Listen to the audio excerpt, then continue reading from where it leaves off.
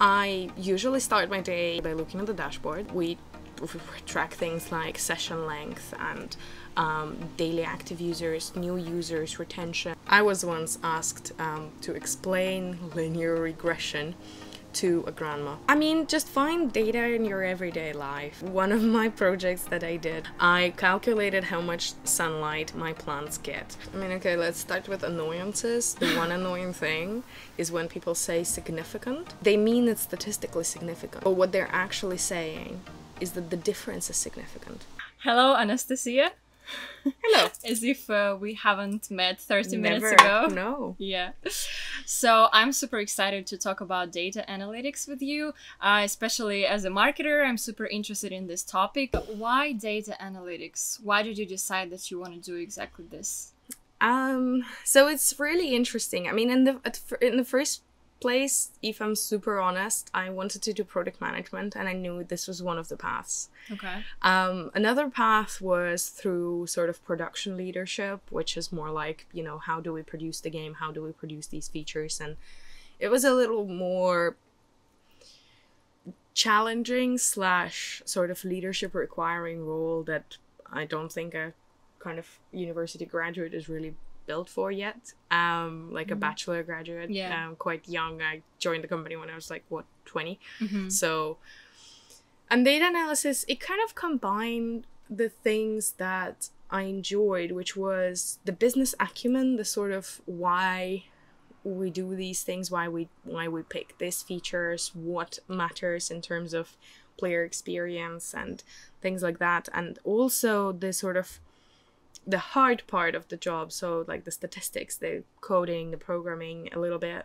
and kind of making sense of very structured, precise thing, and translating it into something that is actually business usable. Yeah.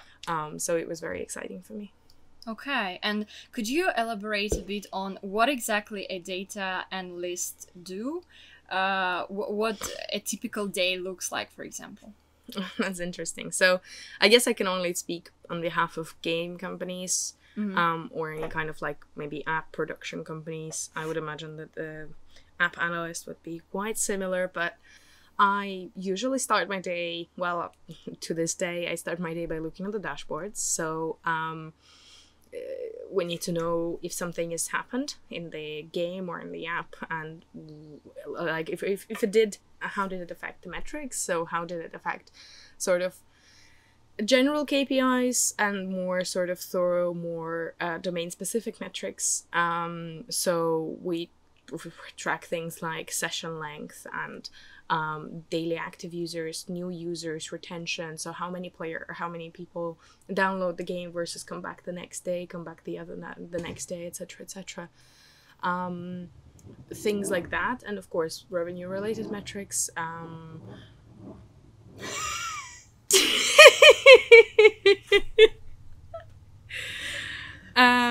Yeah, and of course revenue related metrics. So but that's kind of the start of the day, and a lot of the time the data analyst job is to answer questions.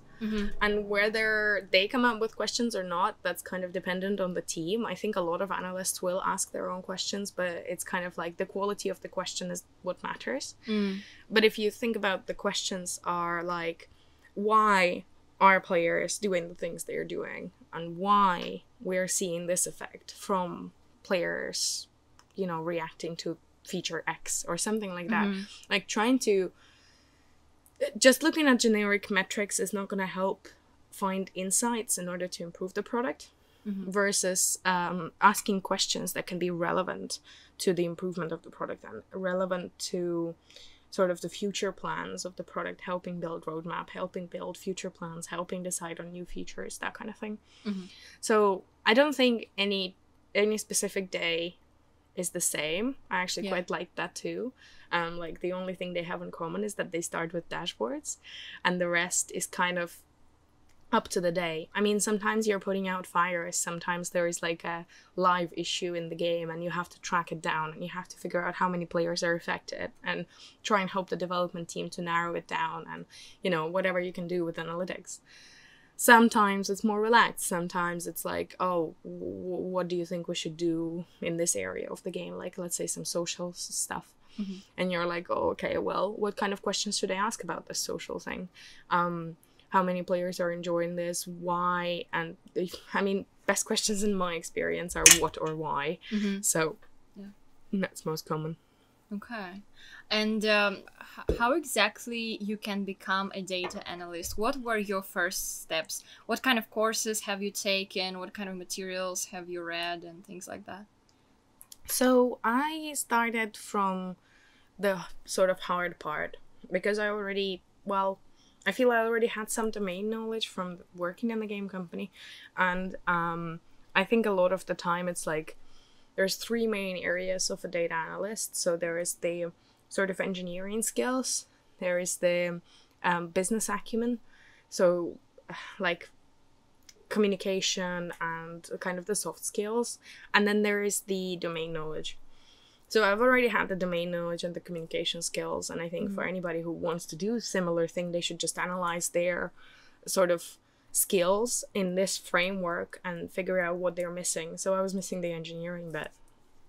So I started actually doing programming. I was building some games, working in the games industry, it's very common to make games on the side. So afterwards I did some sort of front-end development. I mean, I guess where it gets most interesting is when I started learning SQL. SQL is the ultimate most important thing as a data analyst. It literally, like, nowadays, when I use it, I feel like it's my superpower. I don't have to ask an analyst to do it. I can just do it myself. I can now ask infinite questions because only my time now like kind of answers them, you know?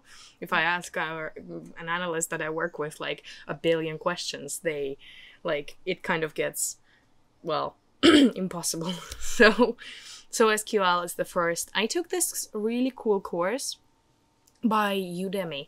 So there's this Udemy, this learning platform, but they built their own course. It was, I think, SQL for noobs, like it was called before, but I think now it's like SQL for business analysis or something like that. It was really good. It was very good intro, and they have very good practical examples, and like you had to write your own. And I still think about the things that they taught, like I kind of still keep in mind. And then, so then there's two paths really. One is to just double down on SQL on the business side, and then you're kind of going towards the business analyst more like. I mean, data analyst job description is really elusive. It's more like, depending on the company, it can be anything. But I would say that it's more like a business side if you don't do sort of R or Python or any kind of more complicated / sophisticated data wrangling and statistical analysis. Now those are fancy words, but what it essentially means is like R is the statistical computational language, and it's a little bit, I think it's lovely. It's my favorite. Some people don't like it as much. It's not as versatile. It's not as universal. You can't do things with it that you could do with a generic language. So it's not the best programming language to learn for generalist purpose.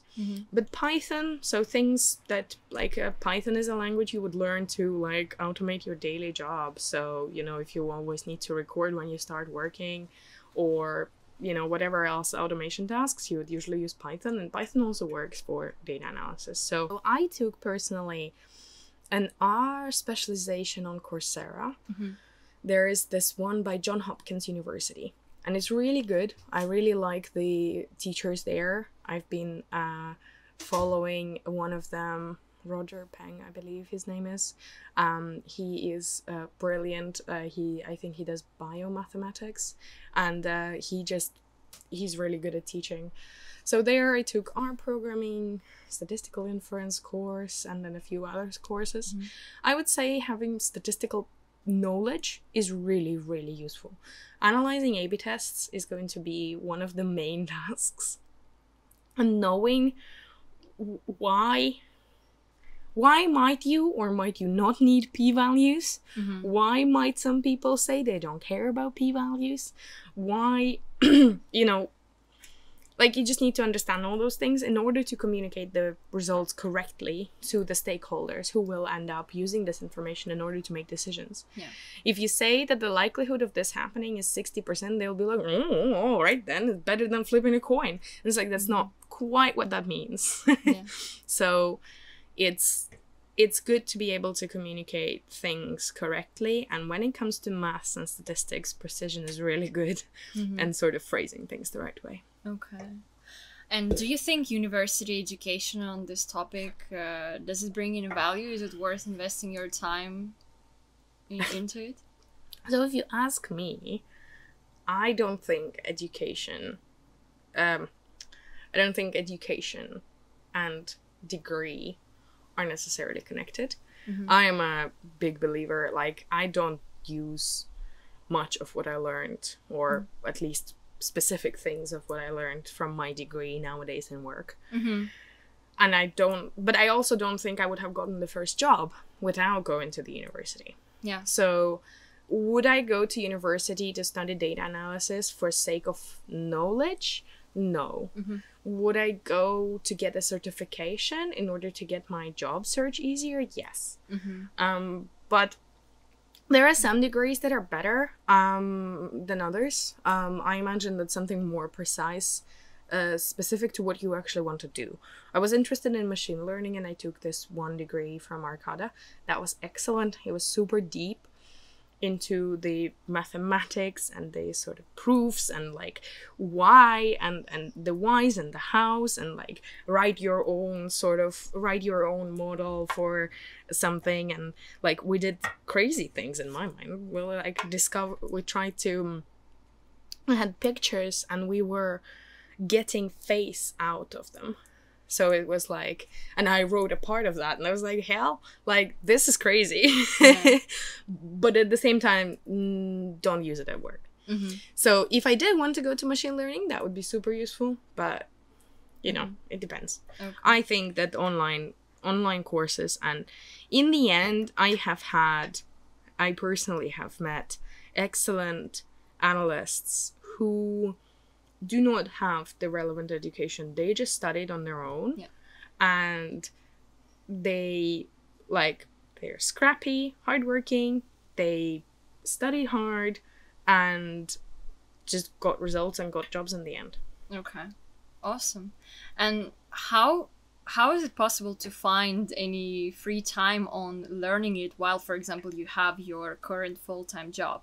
Is it possible somehow to combine it with your current job, or did you do it during your extra time outside of working hours, or how did it work? I did it outside of working hours. I had a period of my life where I essentially worked 8 to 4, very common working hours in Finland, but I got up super early, ran, that gave me energy for the day. I finished work at 4:30, and I was super nitpicking on my commute, because every time I missed the bus, it was 10 minutes that I can't spend programming. So it was like 4:30, I'm at home, feed the cat, and then start programming, and then start learning until, you know, my partner at the time was coming home around 7, and that's when sort of the evening begins. Okay. But, you know, it's just about carving the time out, and it took some months. I think in the end it paid off. That kind of work. So, and I also want to talk about the top skills that any data analyst would need. You've already mentioned the communication skills, so being able to communicate your results, your findings to different stakeholders in any organization. What else would you add to the list? What are, let's say, the top 3 skills any data analyst needs to have? I would say 3 is difficult. Okay, let's say like a very business-oriented data analyst. So if I didn't have to, you know, automate my queries or automate some reports or whatever, let's say SQL, just number 1 and always. I would say visualization skills. It kind of goes alongside communication, but if you see an ugly chart as a user, you're just like, oh, what is this trying to tell me? Like I did a workshop on like ugly visualizations versus good visualizations. Mm-hmm. Good visualization will tell you what you need to know and the insight from it just at glance. Yeah. Bad visualization will make your brain go like, wait, what? Yeah. What are you trying to tell me here? And of course, trying to make things into actionable insights. Just reporting revenue went down by X% does not help the stakeholder or the reader of the report. What does help is why, and what could we potentially do about it. Because the why is what matters. So asking any sentence you write as an analyst, like, why did it happen? That's the insight that you should be communicating, not the what. Because what can be seen on the chart. And even if people can't say that, it decreased by 12%, they can see it's a decrease. All they care about is like, why? This is the top 3 skills that I look for when I am involved in hiring, for example, junior data analysts. So those 3 are the main ones. Super interesting. All right. And my next question would be, before or when I was prepping for this podcast, I ran some short keyword research on Google. So I wanted to see what are the most frequently asked questions in relation to the topic. And one of the most popular questions that you see, do analysts need to code? And so I'm addressing this to you. Do they really need to code? And maybe what's the percentage of your time that you dedicate to this? Code, yes. Program, not necessarily. Now, what's the difference? The way I see it is code as in writing code, communicating to the database, writing SQL. Hell yes. Like, you will have to do it unless you have some... I guess if you have tools like Tableau or some other sort of business intelligence, business visualization tools on top of the database, but I guess it depends on the setup. You can end up in a position where you're an analyst and you don't have to write it because you can use those tools and you have a data engineering team to back you up to set up all those things, because Tableau is not going to work itself. It's not like, okay, database, now you get visualizations. Like, that's just not quite how it works. You write a good SQL query underneath in order to support all the reports you want to do. So I would say being able to write SQL is a power that you should use. Programming side is more like the scripting, I guess. That's what I imagine. So that's the scripts in R or Python. So they will just, they make your job easier. You don't have to use them. You can survive without them. You can, if you just imagine if you have to report something every week, and you download the data and you have to make the same chart in SQL, in Excel, the same chart in the same way every week, and it's like, versus you could write one script and just run it and it does it for you. So it's just more like saving time from tedious tasks. That's why you use like R and Python. How much? That's a very good question. I want to say 50-50. Like 50% sort of SQL and trying to figure out what is there, and then 50% communicating and perfecting and sort of asking questions and trying to figure things out. Or more like 60-40, to be honest. And let's talk a little bit about the challenges that you have at work. What would you name drop as the top challenges of any data analyst? Okay, let's start with annoyances. The one annoying thing is when people say significant. They don't actually mean... They mean it's statistically significant. Okay. But what they're actually saying is that the difference is significant. Okay, so A/B test. Imagine an A/B test. You have a control and experiment group. An experiment group, the change between experiment and control is like 40%. It's like outrageously large. And then somebody says, it's a significant change. Yeah, it is a significant change. But when you say significant, when statistical people are around, it usually refers to statistical significance, which I didn't mention anything about. So it could be that you actually have 3 users in each group, and then it means absolutely nothing in terms of how the sort of population would perform. Yeah, so it's all about the sample size that you've used. Yeah, well, I guess, yeah, or the tools that you use. Yeah.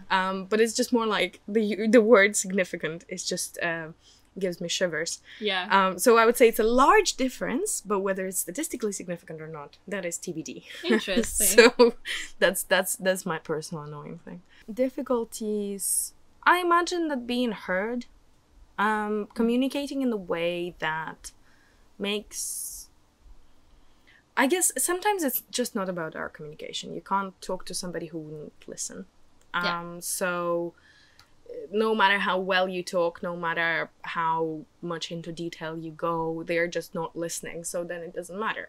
So then I imagine as a data analyst, you can feel pretty low. I guess whatever insights you find, even if they're amazing, they're not going to be taken into account. So I would find that frustrating and sad. And I guess that's the main difficulty of the job, because sort of the main purpose is to find insights that make something better, something you're working on better. So being not heard or like kind of making an impact, being not able to make an impact, because all you can do, well, is communicate the numbers, communicate what's happening, and it's down to the decision makers in order to take that into account or not. And a bit of a different topic, data analytics interview process. Since you've been hiring also yourself for this role, if we talk about junior data analysts, what kind of interview questions they should expect? My favorite are problem-solving ones. I think things like, this metric has changed. Why do you think that happened? And then I want to see, where does your brain go? Like, how does it work? How do you arrive at a conclusion? Let's say conversion went down yesterday. What would you look at? I want to see, I look at, is this a common trend? Is this a trend that's been happening for a long time? Is every, let's say it's a Monday. Is every Monday like this? Is this a common occurrence? Is this an anomaly? Should we be worried? If not, then start breaking into segments. Then start thinking about, okay, which kind of users, etc., etc. Obviously, I hire for gaming, so for me, it's like game-related questions. But like, how much players have played, what has the activity been like, what has been going on in the game, what has happened, and that sort of thing. Just to sort of see where, how do they approach this solving a problem. Oh, and I guess also my favorite is the technical data, right? Maybe just the data is broken. I ask what makes them tick. What's good?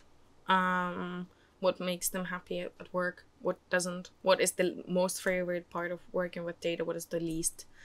And sort of, it's also important for the employer to make sure that, you don't do stuff you just hate. So no matter junior or not, nobody's going to be happy doing something they just really, really hate for a long time. I guess at least in tech. Sometimes I could ask statistical stuff. It depends on the background of the person, but how would you analyze this A/B test? Or let's imagine we're running an A/B test. What are you going to do? So I want to see that they want to monitor the A/B test. Like, how does it perform? Are we just breaking the game by it? Like, we need to be able to monitor it real time. So we need to build some kind of dashboard in order to, support this. Then I want to see what kind of statistical analysis they would do. I was once asked to explain linear regression to a grandma. Okay. And what I did was, I was like, imagine x-axis is age and y-axis is wiseness. Okay. Like you're being wise. Yeah. And then like the further you go with age, sort of the bigger the wiseness, and that's your linear regression. Yeah. So you're trying to find a relationship between the points, like where the chart is. It's kind of like trying to make sure that people can explain statistical concepts and sort of things they want to do clearly. In a simple way, yeah. Exactly. Because they are not going to be telling, you know, oh, I ran the t-test and the residuals are blah, blah, blah, blah, blah, blah, blah. It's like, bah, product lead is not listening anymore. Like, I wouldn't be listening anymore. It's like boring. Can we get to the part which actually matters? What's the difference? What do I care about? Right? Because I don't care about it. Yeah. So it's just down to explaining things well and being good at communicating. Wow. Especially explaining things. Nice. And what advice would you give to a super junior person in data analytics? What would make them competitive in a job market? Is there some kind of side project that they can run, or how to be able to present some kind of experience to your future employer? I would say definitely do side projects. There is plenty of resources online. Our community, they have this they have very active Twitter community, and one of the things they do is Tidy Tuesday. Tidy as in clean. Yeah. So a hashtag Tidy Tuesday is they share some data, and then you can visualize it the way you like. The prettier the better, and then you just share it on Twitter. I would say, to me, that will show off your visualization skills, which I mentioned. To me, I think they are quite important. There is Data Camp. There you can do some courses, and you can do actual SQL. I mean, just find data in your everyday life. Yeah. One of my projects that I did, I mean, okay, I'm a little bit of a nerd, but I calculated how much sunlight my plants get over sort of a period of a day, and then I tried to evaluate whether it's enough or not. So what I did was I used some like manual. It's not even sensors. It's just like a manual like light meter, and I measured it every hour of like a given day. And then I calculated this sort of area under the curve to try and see, because the sun, of course, goes like this. Yeah. And then we try to measure the area under the curve. Then I tried to visualize it. You know, it's just day-to-day things. Like if you have a dog that's like gaining weight or losing weight, just do that and then see how different is it from another dog. Find data. I found some data on New York City trash bins, and I was visualizing the trash bins so that you can see where the trash bins are. Wow. It's like there is so much out there in the interwebs, and you can just do that. And using sort of simple tools, I mean, you could even make a I feel wary saying make a blog, because every data analyst nowadays has a blog. But maybe you could write an article on Medium and show off your sort of visualization skills, just not in too much detail, because do remember that recruiters get a lot of junior vacancies. They tend to get a lot of applications. Yeah. So try to kind of catch the eye with interesting stuff. Wow, awesome. It's really incredible how you can find some data sets in everyday things. Wow, this is just so amazing.